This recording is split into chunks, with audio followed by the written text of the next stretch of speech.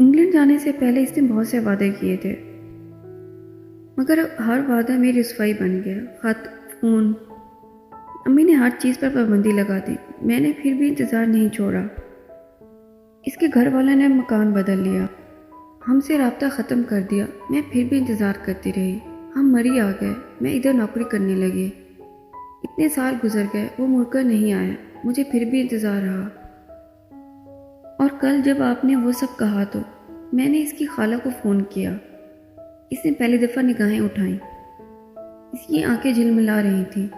میں نے اس کی خالہ سے اس کا انگلینڈ کا نمبر لیا اور اسے فون کیا۔ اگر وہ منگنی ہی تھی تو مجھے اسے آزادی چاہیے تھی یا اس کی مضبوطی چاہیے تھی، مجھے حتمی فیصلہ کرنا تھا۔ میں نے اسے فون کیا۔ آفس میں چند ثانیوں کو بالکل خاموشی چھا گئی۔ رضوان مکمل توجہ اور دھیان سے اسے سن رہے تھے۔ اس نے فون اٹھایا، ہیلو بولا اور پوچھا کون بات کر رہا ہے۔ میں نے کہا پارو۔ اس نے کہا کون پارو؟ اس کی آواز نیند میں ڈوبی ہوئی تھی، مگر میں تو کبھی نیند میں بھی نہیں بھولی تھی کہ کون شجاع۔ پھر وہ کیسے بھول گیا کون پارو؟ مجھے میرا جواب مل گیا۔ میں نے فون بند کر دیا۔ مجھے اب اس آدمی کو یاد نہیں رکھنا۔ پارس نے ہتھیلی کے پس سے اپنے آنسو صاف کیے۔ دوسرا آنسو نہیں گرا، ایک قطرے کی بارش۔ کیا آپ مجھ سے شادی کریں گی؟ وہ بولے تو بس یہی۔ آپ مجھ سے کیوں شادی کرنا چاہتے ہیں؟ اس نے بھیگی نگاہوں سے ان کو دیکھا۔ کیونکہ میں آپ کے ساتھ خوش رہوں گا۔ کیا آپ کو لگتا ہے آپ میرے ساتھ خوش رہیں گی؟ وہ پورے اعتماد تھے، مضبوط تھے، اٹل تھے اور بہادر بھی۔ مجھے نہیں پتا آپ، میری امی۔ اپنی بات کریں پارس، آپ میرے ساتھ خوش رہنا چاہیں گی؟ مجھے بس اتنا پتہ ہے کہ مجھے آپ کا میرا یوں نام لینا اچھا لگتا ہے۔ پارس ہلکا سا مسکرائی۔ وہ پہلی دفعہ مسکرائے، مہربان مسکراہٹ۔ کیا آپ نے واقعی کچھ چھینا میم؟ بعض آوازیں ہمیں کسی یاد میں دھکا دے دیتی ہیں تو بعض ہاتھ پکڑ کر کسی یاد سے کھینچ نکالتی ہیں۔ وہ فائز کی آواز پر چونک کر واپس آئی۔ نہیں، اس نے تھکان سے نفی میں سر ہلایا۔ وہ جیسے بہت دور سے واپس آئی تھی۔ تو پھر انہیں کیوں لگتا ہے کہ آپ نے ان سے کچھ چھینا ہے؟ کیونکہ وہ خود بے حس، لالچی اور خود غرض لوگ ہیں۔ وہ بولے تو اس کی آنکھوں میں نفرت بڑھنے لگی۔ فضان نے لب بھیج دیے۔ تم بزدل ہو، اگر تم اپنے باپ جیسے بھائی کے قاتل کا بدلہ نہ لے سکے تو تم اپنے مرد ہونے پر لعنت کرنا۔ کیا آپ رضوان صاحب کے رشتہ داروں کی بات کر رہی ہیں؟ بولتے ہوئے اس نے آہستہ سے میز پر رکھے پیپر نائف پہ اپنا ہاتھ رکھا۔ میں پرسنل نہیں ہونا چاہتا، مگر اس دن آپ نے مجھے جانے سے روکا تھا۔ کیا وہ لوگ، کیا رضوان صاحب بھی اتنی نفرت کرتے تھے فضان صاحب سے جتنی آپ کرتی ہیں؟ اس نے پیپر نائف اپنے انگلیوں کے بیچ گھماتے ہوئے پوچھا۔ پارس کے لبوں پر تلخ مسکراہٹ اتر آئے۔ وہ دل کے بہت سچے انسان تھے فائز۔ وہ ساری دنیا کو غلط کہہ سکتے تھے، اپنے بھائی کو نہیں۔ سویرا سے بھی ان کو شکایات تھی، مگر فیضان میں ان کی جان تھی، وہ اسے غلط مان ہی نہیں سکتے تھے۔ وہ افسوس سے کہہ رہی تھی، وہ لڑکا ساری عمر ان سے پیسے بٹورتا رہا، ان کو جلی کٹی سنا کر چلا جاتا، وہ دل محسوس کر رہ جاتے، اس کی باتوں پہ کئی دن تک اداس رہتے، ہرٹ ہوتے۔ وہ صرف ان کے پیسے سے محبت کرتا تھا، مگر وہ نہیں ماننے۔ آسمان سے فرشتے اتر کر بھی کہتے کہ فیضی لالچی خود غرض تھا اور بے حس ہے، تو وہ کہتے وہ لالچی اور خود غرض ہو سکتا ہے، وہ مگر بے حس نہیں، وہ مجھ سے بہت محبت کرتا ہے۔ اس نے تلخی سے سر جھٹکا۔ پیپر نائف پہ اس کی گرفت مضبوط ہو گئی، آنکھوں کی سرخی بڑھ گئی، تنی ہوئی رگیں مزید تن گئیں۔ پارس اپنے قلم کو انگلیوں میں گھماتی اپنے دھیان میں بولے جا رہی تھی۔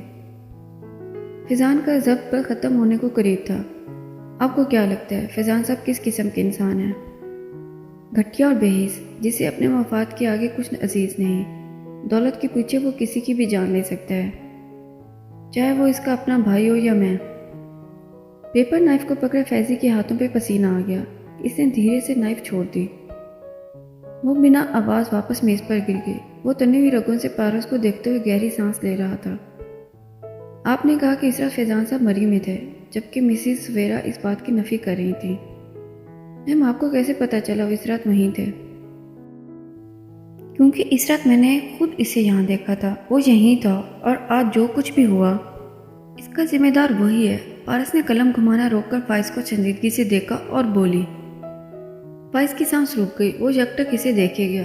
کون کس کے ساتھ کھیل رہا تھا سمجھنا مشکل تھا۔ کیا آپ ان سے مل چکی ہیں پہلے؟ میرا خیال تھا فیضان صاحب سے پہلے کبھی نہیں ملی۔ کسی اور موضوع پر بات کریں فائز، میں اس آدمی کا ذکر بھی نہیں کرنا چاہتی۔ اس نے اکتاہٹ سے سر جھٹکتے ہوئے فائل کھولی۔ فیضان اسی طرح اسے دیکھتا رہا، اس کی رنگت ہر رنگ کھو کر سفید سی ہو گئی تھی۔ تنویر صاحب نے کافی کا گھونٹ بھر کر کپ واپس میز پر رکھا، پھر ایک نظر سامنے بیٹھے فیضان اور سویرا پر ڈالی۔ آپ نے کہا تھا کہ آپ بہت جلد قانونی کارروائی کریں گے، تو کیا بنا اس کا؟ سویرا نے کچھ کہنے کے لیے لب کھولے مگر فیضان پہلے بول پڑا۔ ہم کوئی قانونی کارروائی نہیں کریں گے۔ سویرا نے حیرت سے اسے دیکھا۔ فیضی تم نے تو کہا تھا کہ FIR اور لاش کا پوسٹ مارٹم۔ میں نے کہا نا ہم کوئی قانونی کارروائی نہیں کریں گے، وہ سخت لہجے میں بولا۔ میں اپنے طور پر ثبوت ڈھونڈنے کی کوشش کروں گا اور جو بھی قاتل ثابت ہو اسے ہم پولیس کے حوالے کر دیں گے۔ جو بھی؟ سویرا نے دبے دبے غصے سے دہرایا۔ قاتل پارس ہے، نہیں اس نے قتل نہیں کیا۔ وہ سپاٹ انداز میں کہتا سامنے تنویر صاحب کو دیکھ رہا تھا، جو خاموشی سے دونوں کی جھڑپ دیکھ سن رہے تھے۔ تمہیں کیا ہو گیا؟ تم یہاں پارس کے خلاف ثبوت ڈھونڈنے آئے تھے اور اب تم اسی کے وکیل بن رہے ہو؟ میں نے کہا نا پارس نے قتل نہیں کیا۔ فیضان کی آواز اونچی ہوئی۔ سویرا آپا ذرا خائف ہوئی۔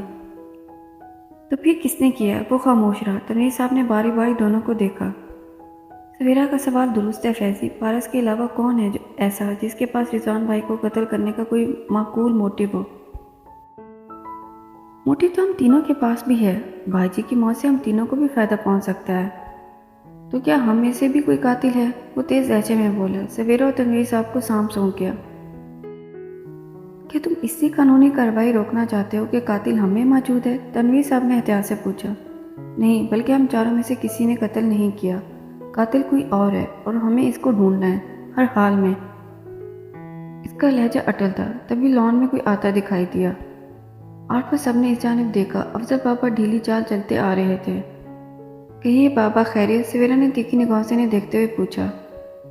وہ تنویر صاحب مجھے آپ سے بات کرنی ہے۔ وہ ان دونوں کو دیکھ کر ہچکچائے۔ یہ تنویر صاحب کا گھر تھا اور وہ قتل مہا سویرا اور فیضان کی توقع نہیں کر رہے تھے، تو ہمارے سامنے کر لیں بات، ہم بھی تو جانیں ایسا کیا ہے جو اتنا اہم ہے۔ سویرا تنگ کر بولی۔ فیضی کا سارا غصہ بابا پر نکلنے کو بےتاب تھا۔ جی افضل بابا اب بتائیں۔ تنویر صاحب فوراً ان کی طرف متوجہ ہوئے۔ وہ جی اس روز جب پارس بیوی واک پر گئیں تو پارس کے نام پر فیضان آگے کو ہوا، اس کے اعصاب تن گئے۔ سویرا نے بغور اس کا یہ انداز دیکھا تو ان کے بھائی اور والدہ ان کے لاکر میں چوری کا منصوبہ بنا رہے تھے۔ میں نے انہیں ادھر جاتے دیکھا تو پارس بیوی کو فون کر دیا، وہ آئیں اور ان کو اپنے کمرے سے نکال دیا۔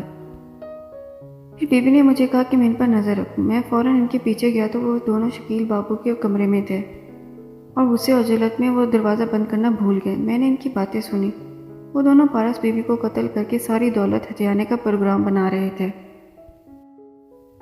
افضل بابا روانی سے بتاتے چلے گئے۔ سویرا کے لبوں پر بے اختیار مسکراہٹ اتری، فاتحانہ مسکراہٹ۔ انہوں نے فوراً فیضی کو دیکھا جو حد تک سن رہا تھا۔ مگر وہ کیوں اسے قتل کرنا چاہتے ہیں؟ وہ بادقت کہہ پائے۔ بات صاف ہے، پارس کے مرنے کے بعد اس کی ساری جائیداد اس کی ماں اور بھائی کو چلی جائے گی۔ تنویر صاحب نے جیسے تبصرہ کیا، البتہ وہ کوئی خاص فکر مند نظر نہیں آ رہے تھے۔ فیضان نے بے چینی سے پہلو بدلا۔ مگر اب ہم کیا کر سکتے ہیں؟ وہ واقعتاً پریشان ہو گیا تھا۔